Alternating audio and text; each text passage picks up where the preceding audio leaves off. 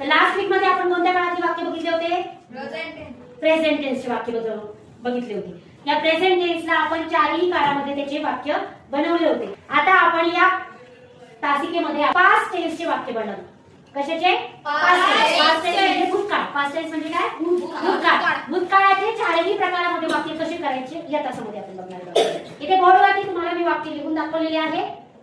बघा, इथे पहिला भूतकाळाचा प्रकार आहे सिंपल पास्ट म्हणजे साधा भूतकाळ. कोणता काळ?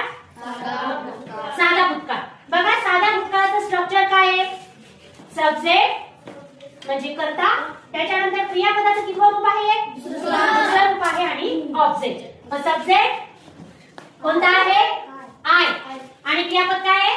प्लेड. आणि प्लेला काय लागले? ईडी. म्हणजे क्रियापदाचं दुसरं रूप इथे आलं. आणि ऑब्जेक्ट काय आला? क्रिकेट. साध्या भूतकाळाचं वाक्य काय झालं? I played cricket. कळलं का? इथे अ क्रिकेट सुद्धा टाकू शकतो आपण. I played a cricket. Me cricket खेळलो. बघा, वर्तमान काळामध्ये आपण क्रियापदाचं साधं रूप लिहितो I play cricket. Me cricket खेळतो असे येतं. आता इथे काय? मी क्रिकेट खेळलो. भूतकाळाचं वाक्य की नाही, त्याच्यामुळे क्रिकेट खेळलो. खेळचा अर्थ काय झालं? खेळलो.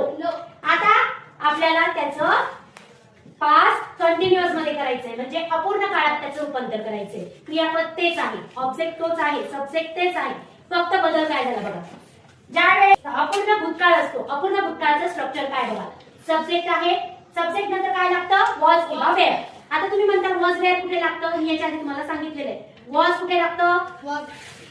कोणत्या प्रोनाउन नंतर आपण सब्जेक्ट नंतर आपण वापरतो? I, she, very good.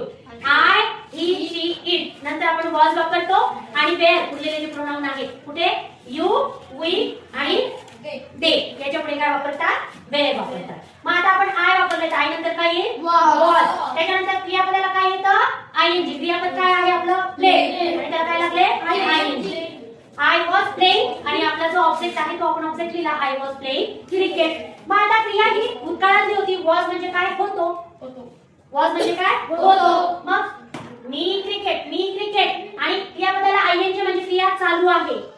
कधी चालू होती ती? भूतकाळात चालू होती. म्हणून मी क्रिकेट खेळत होतो. आपल्याला बरेच जण प्रश्न विचारतात की तू काय करत होता? मी आलो होतो तुझ्या घरी, तू कुठे होता? मग त्यावेळेला आपण साहजिक उत्तर देतो मी क्रिकेट खेळत होतो, गार्डनमध्ये जात होतो, असं आपण उत्तर देतो की नाही. मग त्यावेळेला या क्रियेचा आपण या काळाचा वापर आपण करतो. मी क्रिकेट खेळत होतो. काय स्ट्रक्चर आहे? सब्जेक्ट नंतर वॉज किंवा वेअर, क्रियापदाला आयएनजी आणि ऑब्जेक्ट. एवढं स्ट्रक्चर जर लक्षात ठेवलं तर तुम्ही कोणतंही वाक्य कोणत्या काळातलं आहे हे सहज ओळखू शकता आणि वाक्य बनवू सुद्धा शकता. तुम्हाला फक्त क्रियापद